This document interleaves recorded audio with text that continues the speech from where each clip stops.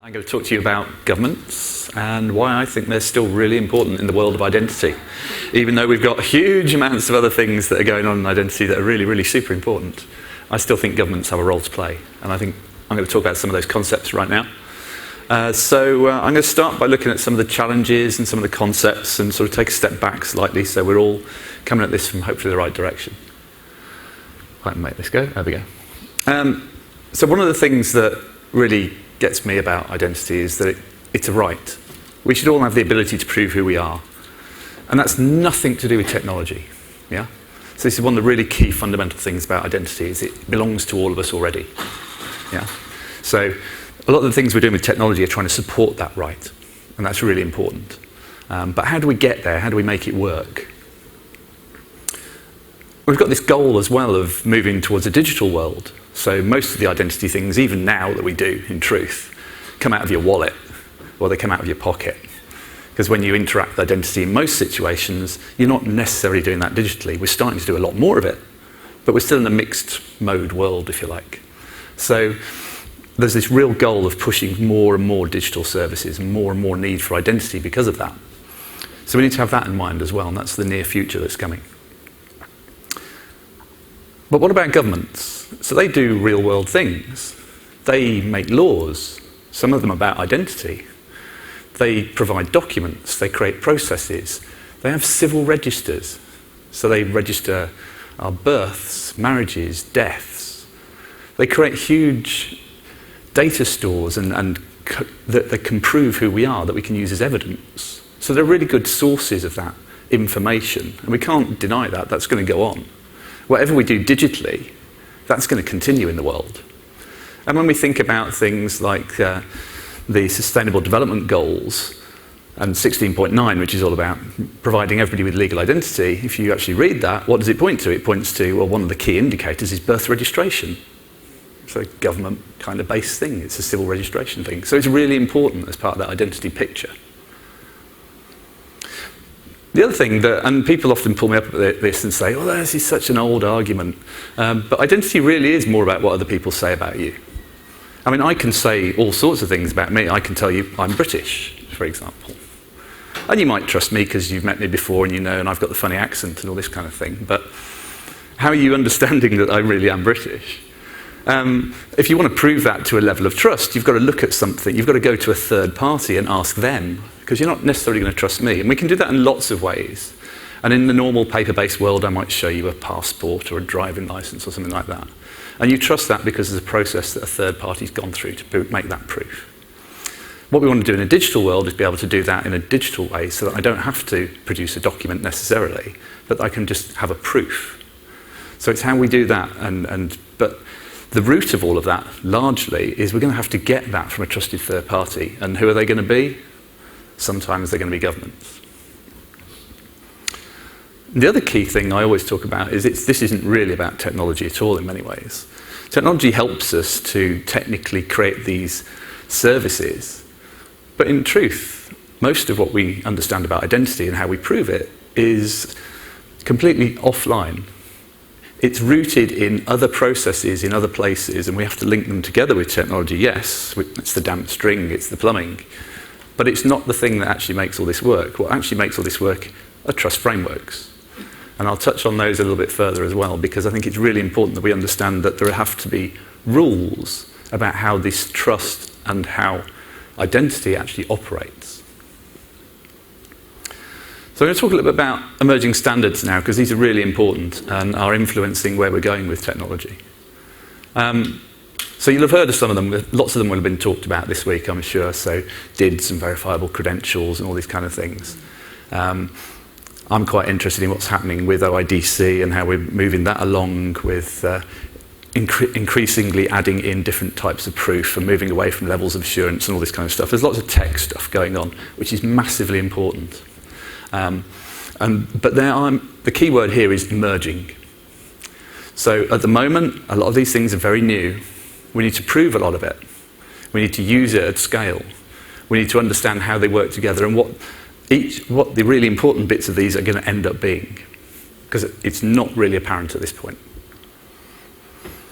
The other thing we need to be careful of as well is that we don't rush to harmonize things.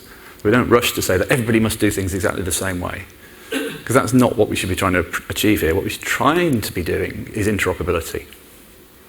So we need to accept that there's going to be a mixed world. Even if we come up with fantastic new standards, things aren't going to change immediately. Think about how people have been trying to get rid of passwords for years. We've still got passwords. So these things are going to continue. It's not going to be flicking a switch and saying, we're all going to use DIDs for everything, or we're all going to have SSI identities. That will not be an instant reality. We have to accept that multiple things must interact. So what about self-sovereign identity? I mentioned it there. What about it, you might say? We've talked about it a lot this week, I'm sure. So one of the things is not everybody actually agrees with the words self-sovereign. This isn't even me, this is Kim. I don't like the words. Governments in general don't like the words. If you say to a government that there's this self-sovereign identity thing, they look at it and they go, how can that possibly be so? We are sovereign because we're a government. We can provide that trust. You cannot as an individual. And in many ways that's true. I think what we really mean by self-sovereign identity, and I give it a different word, I say self-managed, other people say self-attested, there's so many different words. We mean the same thing. What I mean by it is that it empowers me to decide where I'm sharing that trust and where I get it from. It puts me in control, puts me at the centre. And that's what people mean by this when they talk about decentralized identity as well in many ways. Even though in truth all that's really happening is you're centralizing it around me.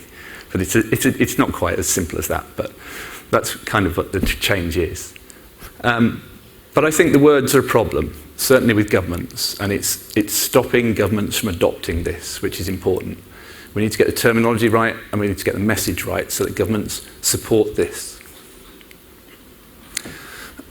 So SSI needs to exist for many reasons of putting me at the centre of what's going on. But it needs to interoperate with lots of other things.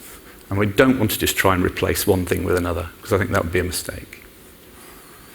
What we do need to do are do many of the things that SSI wants to do. So it wants to put me in control so that I can present claims to services, things about myself. And in many cases, I can provide information about myself that would be perfectly adequate to a service.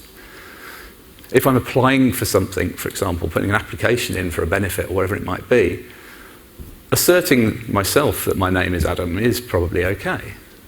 If I'm trying to, however, open a bank account or move a sum of money around or claim a large rebate from a government or whatever it might be, maybe I need to prove a little bit more about myself, so I might need to add in some proofs from these trusted third parties, these authoritative sources as they're often called, which often come from governments.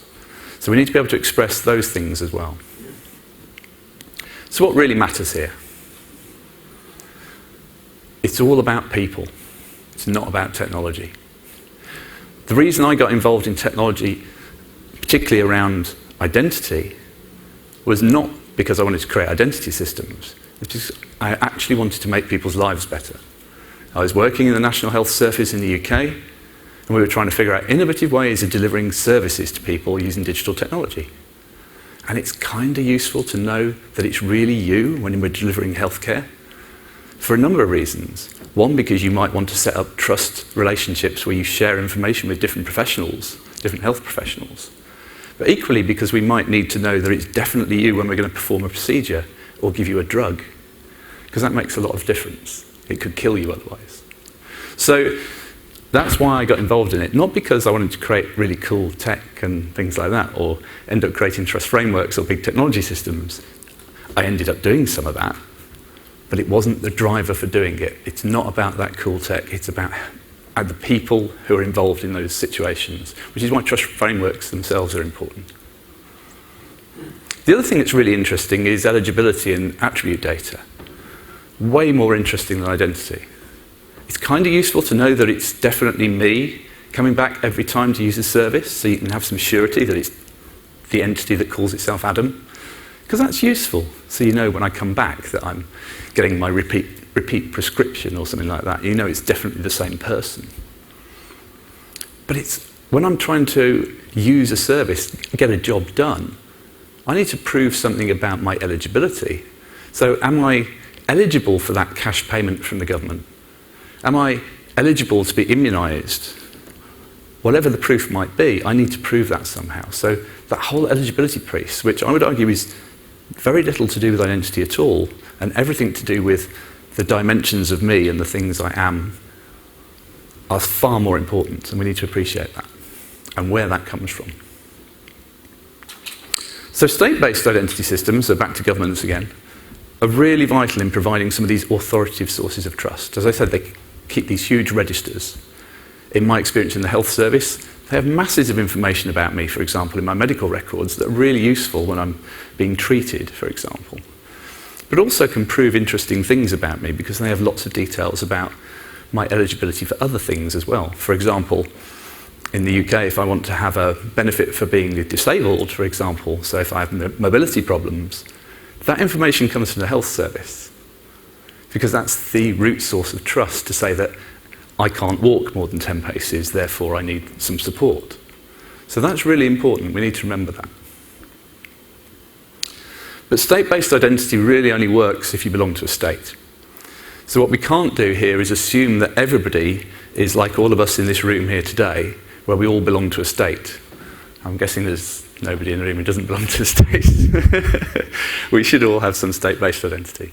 And that's a real important thing to take into account because there are plenty of people in the world who are stateless or don't want to reveal which state they're from because of their situation, whether they're displaced people, refugees, whoever they might be in the world. And that's really important. So we need to figure out ways of allowing them to create identity as well without forcing them to rely upon a state. So it shouldn't be mutually exclusive, this. So we need this verifiable way of being able to prove who we are online. So we need to bring all of these elements together. And I think some of the decentralized world is very important for this, but I also think we need to utilize the data that exists in governments in a better way and stop them being monolithic. So how do we make it better? So we need to be able to get access to the trust that sits within governments. And what we need to do is encourage governments in many ways to get out of the identity business. Many of them think, and Fajanti may argue with me about this because it's kind of what we do, governments think that they have to own the whole process and system of identity. They think it can't be trusted if they don't have their arms around it. That's not actually true, because as hopefully I've illustrated, most of the trust comes from the data that they're curating anyway, from these registers, my birth register, my marriage register, my health records, whatever they might be. They're all curated by that government anyway. They don't have to get involved necessarily in owning the whole credentialing business or owning the whole process exclusively.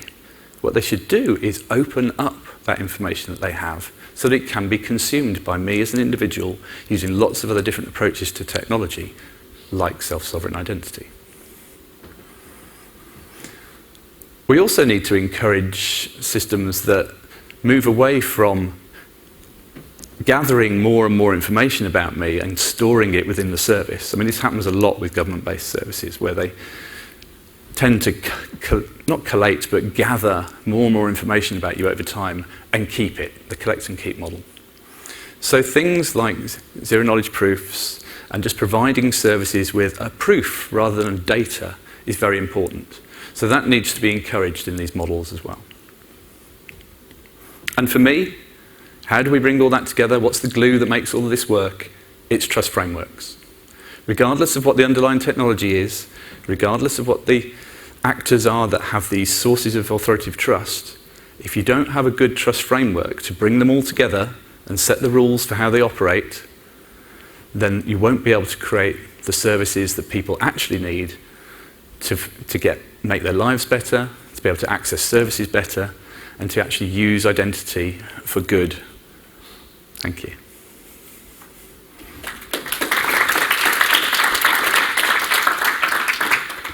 I guess we've got time for questions.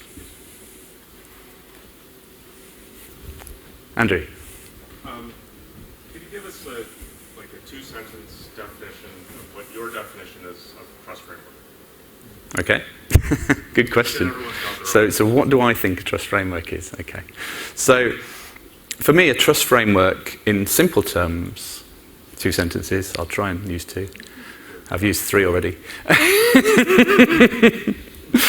Is basically a set of rules that describe how the different actors in that network of entities are allowed to use data and identity to enable people to use services. That would be my definition. Now, I could elaborate on that and say that sometimes that includes law, sometimes that includes just rules that you make up as part of that trust framework, sometimes it's related to identity that's part of that. But it's an agreed set of rules that everybody signs up to and says, I pledge to follow those rules. Do you have a follow-up? Sorry, Andrew. Yeah, so to paraphrase Tom Spendinghoff, who talks a lot about trust frameworks. The great Tom, yes. And totally put words in his mouth because he doesn't say this. He talks about the concept of private law and public law. Yes, he does. Whereas public law is legislation and statutes and stuff. Private law is contracts. Yes. The way I tend to think of trust frameworks is they are contracts, either public or private, Yeah. with covering the content that you're describing. Yes. Yes, they are. They are essentially contracts, yes. And sometimes they are very legal contracts. So if you think about the EIDAS trust framework as it is, it's actually a law. So in that case, it's very formal, whereas you have many national trust frameworks that are purely contracts. You're absolutely right. There's one, in my mind, one is no better than the other. They're just based in different concepts, that's all. Any further questions? Yes. So you mentioned the Sustainable Development Goals. Yes. Do you see the usefulness of the United Nations coordinating a trust framework, or should this be done on a nation-by-nation basis? So do I think the United Nations should create a trust framework? Interesting question. I should say, full disclosure, I'm working with UNCITRAL and with which is the UN International Trade Law Group, which Tom Smedinghoff is also involved in as well, where they are trying to think of, or have in a business world, international trade, how do we create exactly that trust framework at global scale in the same way that we've created one in Europe with the EIDAS. And we're still working on that. All I would say is we've been trying to figure that out for maybe 4 or 5 years now. It's not an easy problem to solve. I think we're getting close. Do I think it's really the UN's role to do that? I think in some circumstances, yes, because one of the things we need to drag along, which is part of what I've been talking about today, are governments. And they all sit around that table as part of that. So it's a good place to influence those governments to do the things that we need elsewhere in the world. Yeah. Anyone else? Apart from Andrew.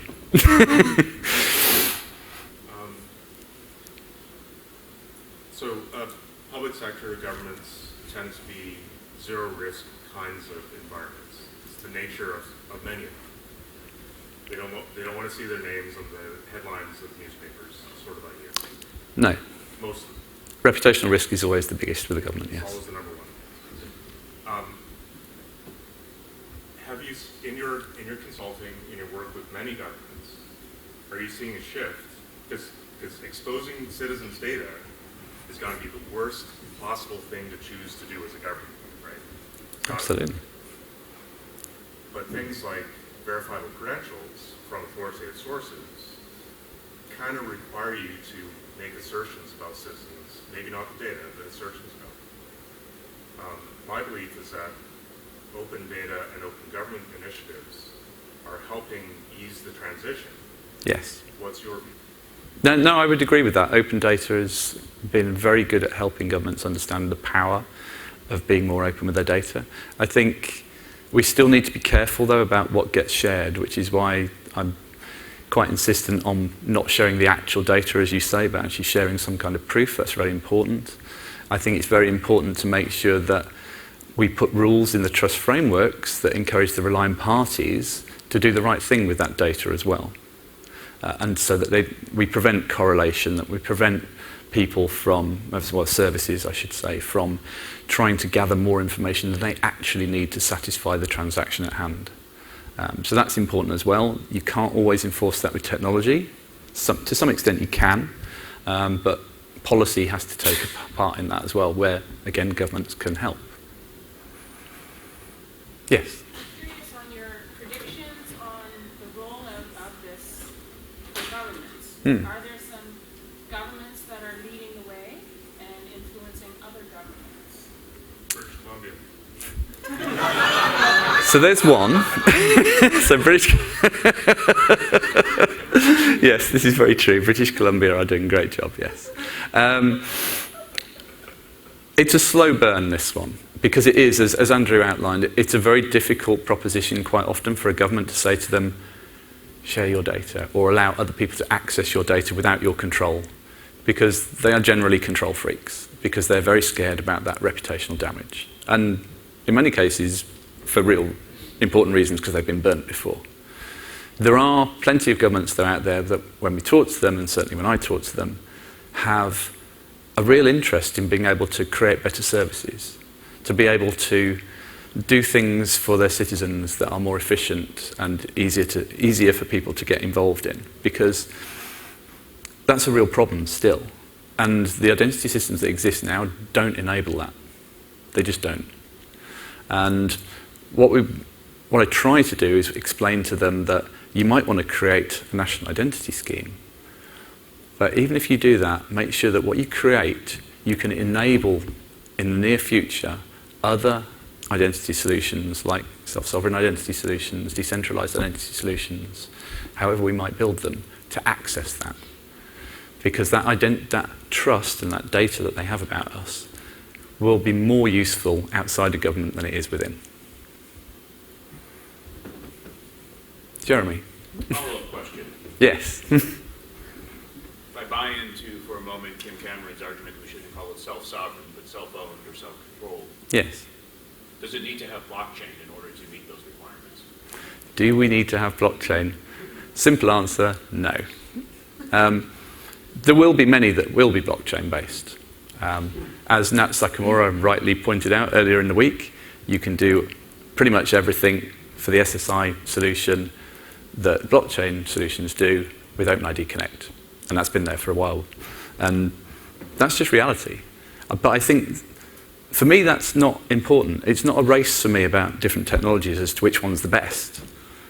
I'm more interested in SSI as a concept, so self-sovereign as a concept, and what it can deliver to individuals. I don't care about the plumbing necessarily. Okay. Any more? Good. Okay. Thank you very much.